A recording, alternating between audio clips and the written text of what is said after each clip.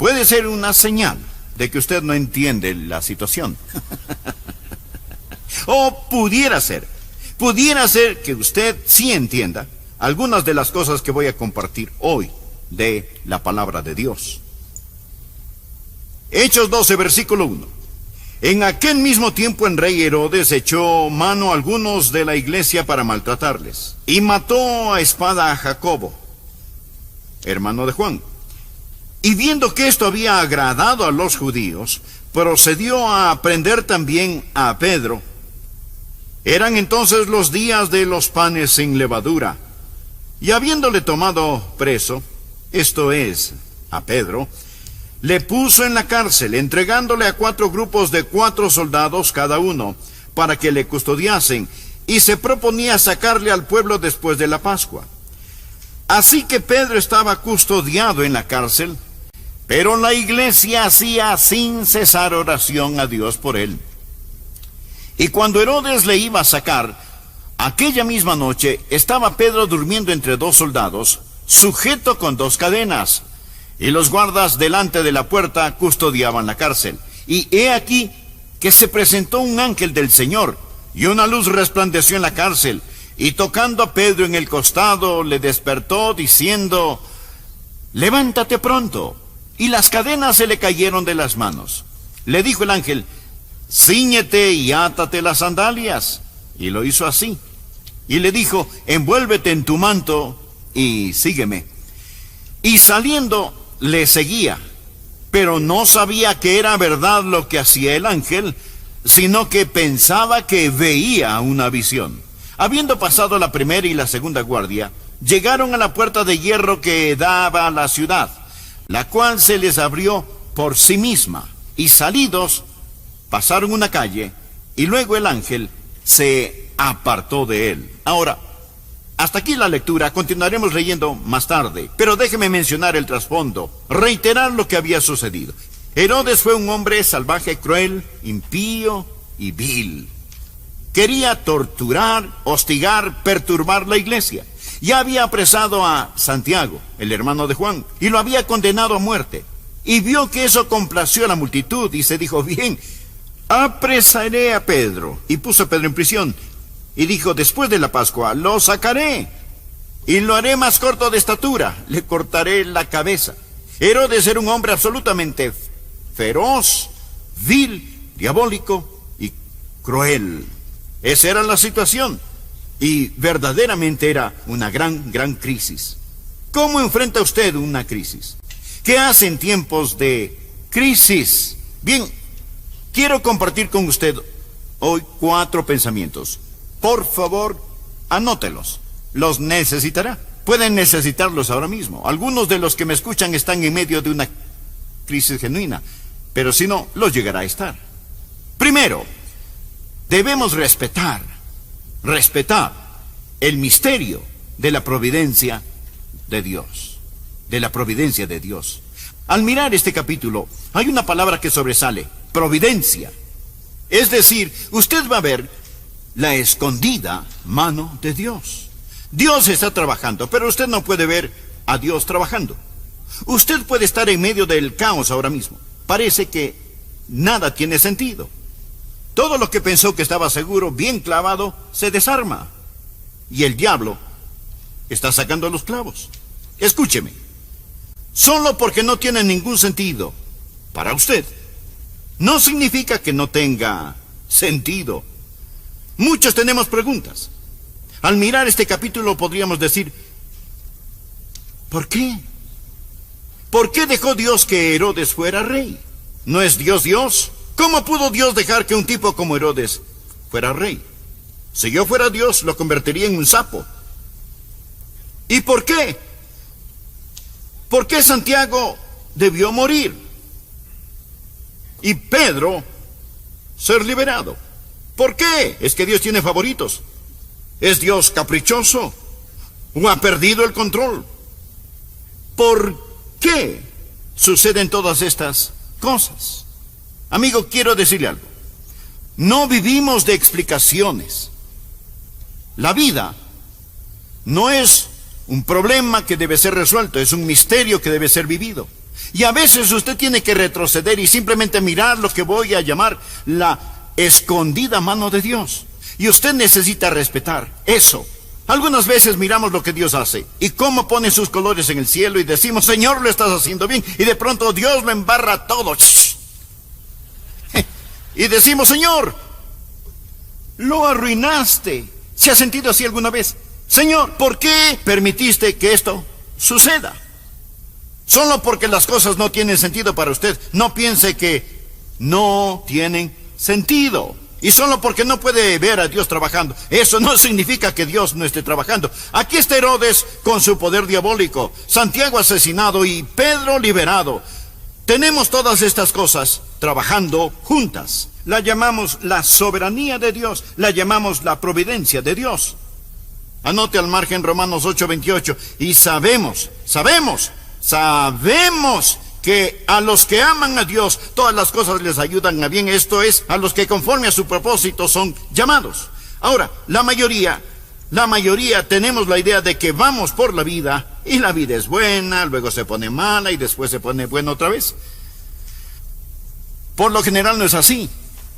La vida no es 50 kilómetros de camino bueno, luego 10 kilómetros de camino malo, después otros 50 de camino bueno. No, por lo general la vida es como los rieles del tren.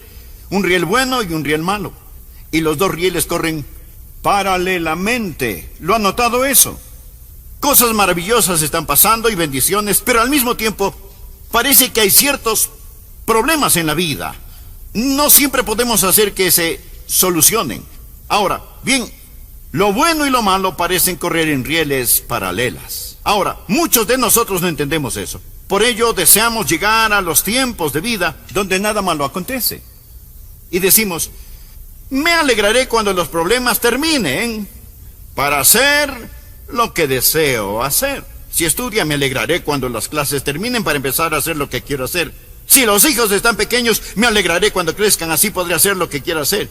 Y si está enfermo, me alegraré cuando esté sano, así podré servir a Dios.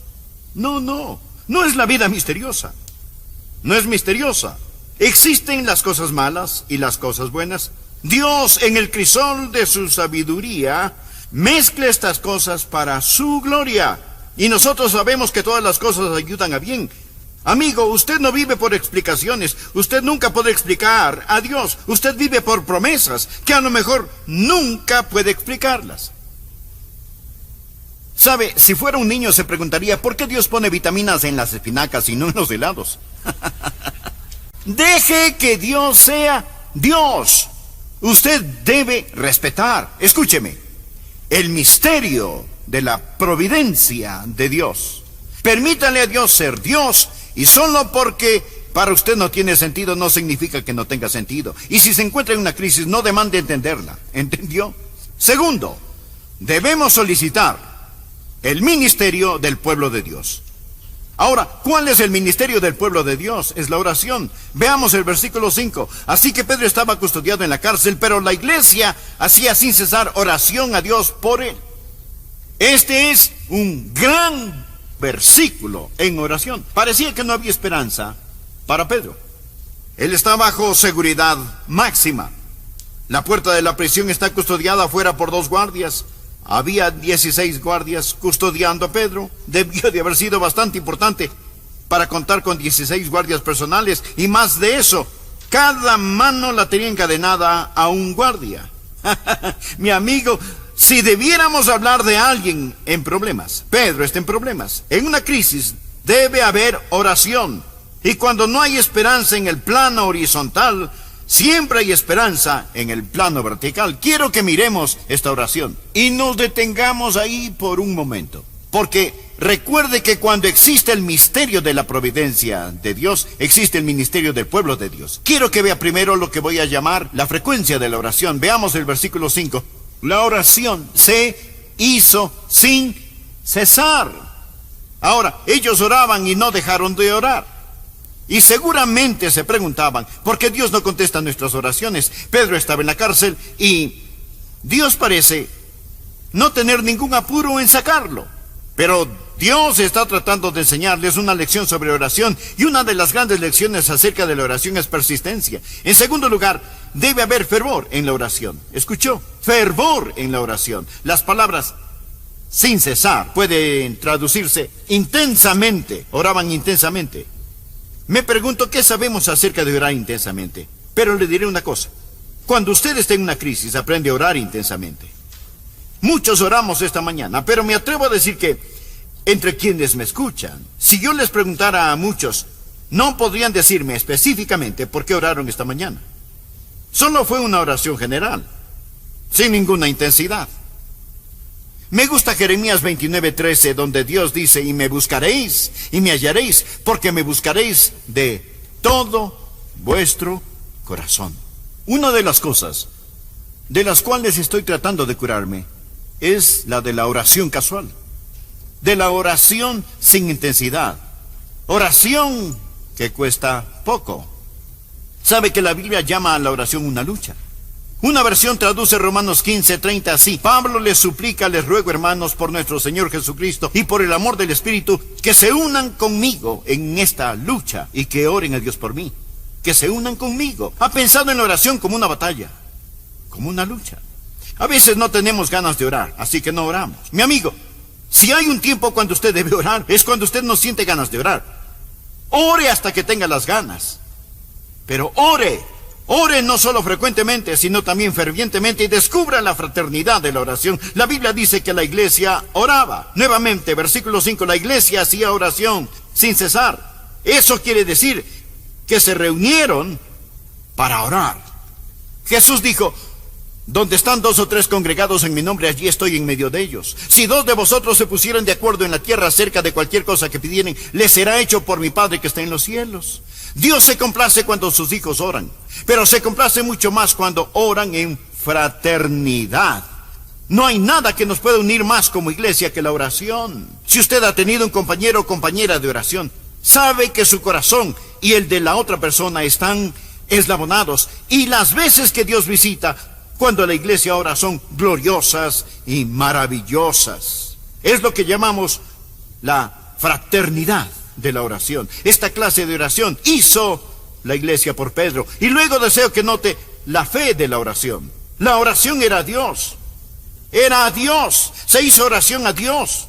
No estaban orando el uno por el otro.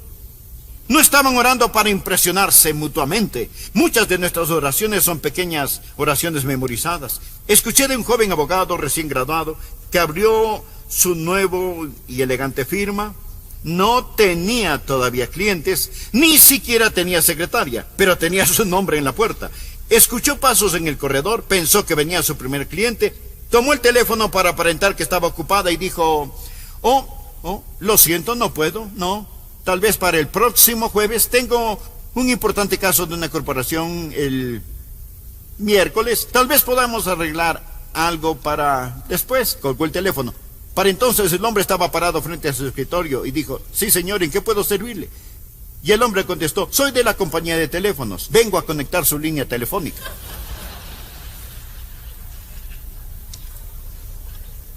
En ocasiones nuestras oraciones son así. Tratamos de impresionar a otros, pero no hay nadie en la línea. Esta gente no estaba tratando de impresionar a nadie. Estaban desesperados. Sus oraciones eran a Dios. Creo que la razón por la que no oramos con frecuencia y fervientemente es porque pensamos que podemos prescindir de la oración. Tal vez la peor cosa acerca de nosotros no es la falta de oración, sino el orgullo. Quiero decir, tenemos nuestras máquinas, nuestros planes, nuestros métodos, nuestros pastores, nuestros coros, nuestras escuelas dominicales, nuestros edificios. Tenemos todo esto y aquello, y vamos a la iglesia y pensamos: bien, lo haremos, sabemos cómo hacerlo. ¿Y sabe usted lo que el diablo hace? Está parado en una esquina sonriente y dice: pueden tener sus edificios, sus coros, pueden tener sus reuniones, sus predicadores, pueden tener todo lo que quieran, incluso sus estudios bíblicos, siempre y cuando dejen de lado el poder de Dios que viene con la oración ferviente y que no acepta un no por respuesta. El diablo se burla de nuestros proyectos, se ríe de nuestras organizaciones, ridiculiza nuestros talentos, pero teme nuestras oraciones.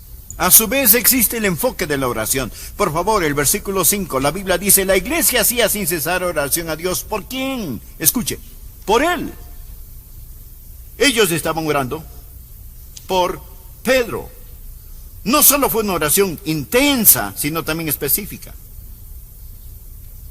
¿Qué oró usted esta mañana? ¿Sabe que muchas de nuestras oraciones son tan indefinidas que si Dios las contestara no lo sabríamos y si no, no tendríamos que admitirlo? Señor, salva a los perdidos. Bueno, si alguien se salva, usted puede decir, bueno, yo oré para que se salvara y se salvó. ¿Cómo sabe que fue su oración? ¿Cómo sabe que no fue mi oración o la de otra persona? ¿Sabe? Tenemos estas oraciones indefinidas. Pero cuando ellos oraron por Pedro y recibieron respuesta, sabían que fue una respuesta a sus oraciones. Oraron por él. Veamos el tercer punto. Cuando enfrentamos una crisis, debemos, tercero, descansar en la maestría de la paz de Dios. Tenemos el misterio de su providencia, el ministerio de su pueblo y ahora la maestría de su paz en medio de la tormenta. Leamos el versículo 6. Y cuando Herodes le iba a sacar, aquella misma noche, Pedro estaba durmiendo. ¿Qué le parece? Pedro durmiendo entre dos soldados, atado con dos cadenas. Yo no sé si los soldados estaban durmiendo, pero Pedro sí. Y los guardias delante de la puerta custodiaban la cárcel. Aquí estaba. A la mañana siguiente lo ejecutarían, pero él estaba durmiendo. Él dormía tan sabrosamente que el ángel tuvo que tocarle el costado para que se despertara. Esto es paz. Paz en medio de la tormenta. Mientras leía esto pensé, ¿cómo Pedro pudo dormir estando en una crisis como esa? Bueno, primero,